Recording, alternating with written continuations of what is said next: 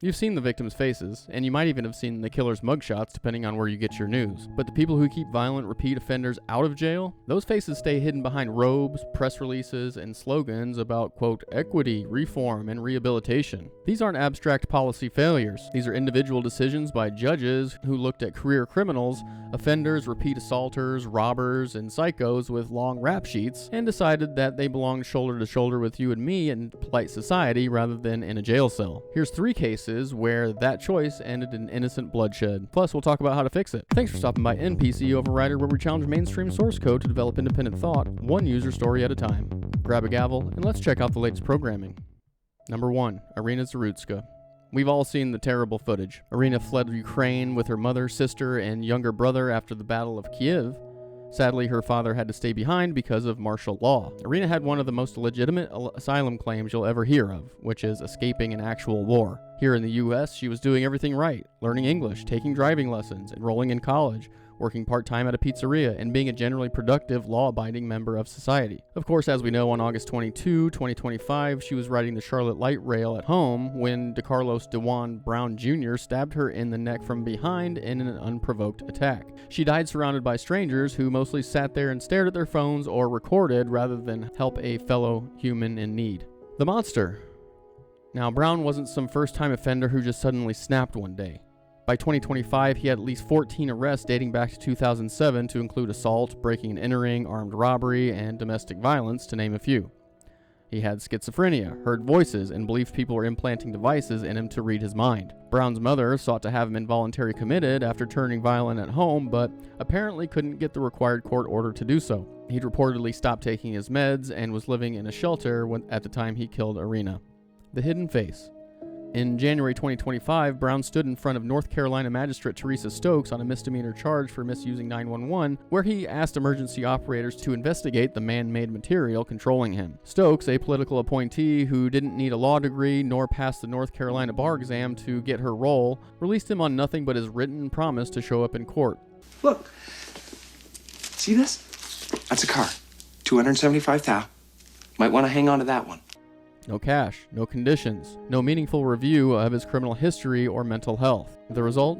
Irina Zarutska is dead. Her dad couldn't even attend the funeral thanks to the psychopaths in charge over in Ukraine.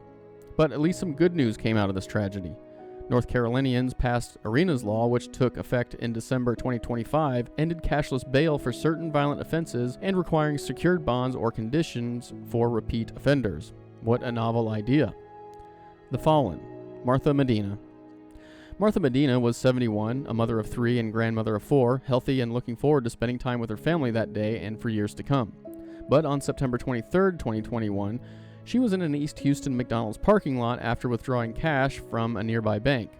Andrew Williams and 2 other accomplices had followed her from that bank, snatched her purse, then ran her over with their vehicle as they fled. Instead of enjoying breakfast and the rest of her life with her family, she was dragged to death in broad daylight in a fast food parking lot.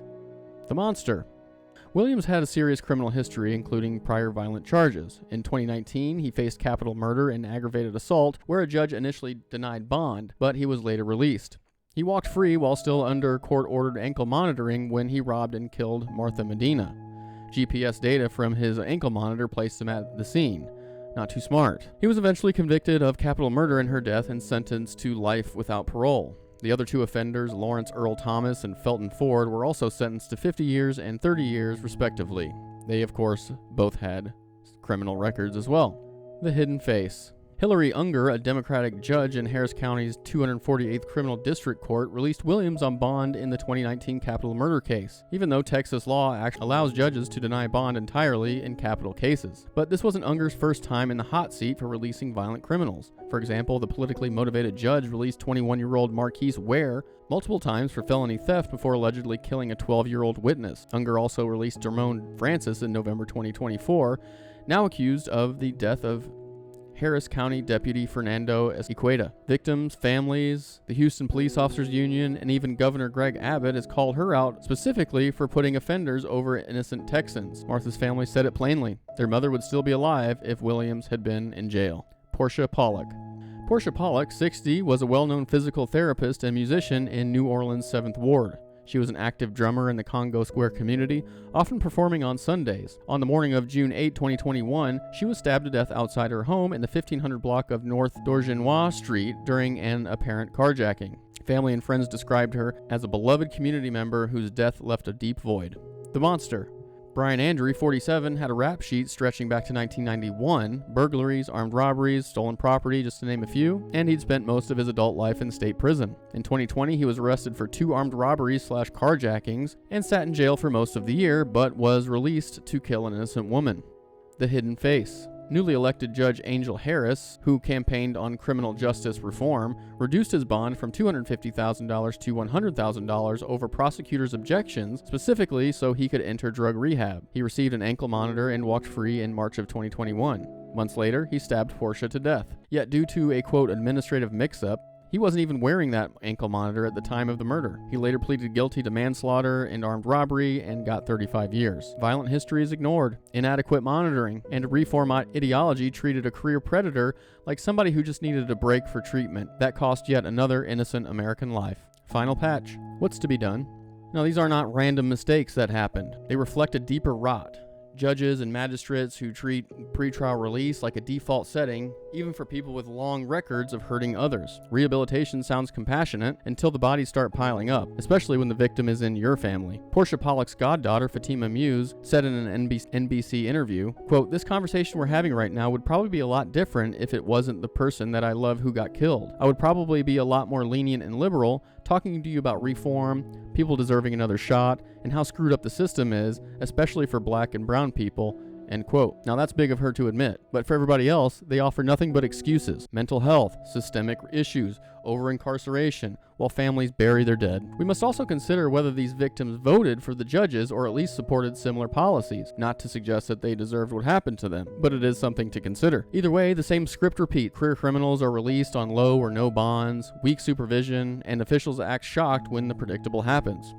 But what's to be done? Well, voters still have leverage at the local level. District attorneys, judges, county commissioners, state legislators, and sheriffs shape how the system actually works as it affects the everyday American. Elect people who prioritize safety over ideology. Don't just vote for the big one every 4 years. Some pushback is already happening. For example, a Nevada sheriff, Kevin McMahill, refused to release a career criminal into the streets with an ankle monitor following a court order, which is heading to the state Supreme Court. Proposals like the Jail Act, which stands for Judicial Accountability for Irresponsible Leniency Act, seek to impose real accountability on judges when their discretionary releases lead to foreseeable harm, similar to how doctors and bartenders are held liable for malpractice or over-serving. So the next time your local sheriff, state legislator, or judge runs for office, do some quick research, make a point to go vote, because the revolving door of the criminal justice system only stops when we demand to close it. Well, that's going to do it for this version of NPC Overrider. I'm your lead engineer, Greg. All references are available through the release notes or will be shortly. If you want to help save the NPCs, join the dev team and hit the subscribe button, and set the like button to true. Got an idea for a future release? Open a ticket in the comments section and let's chat. But for now, we're going to grab a beer. Thanks so much for stopping by. Have a good one.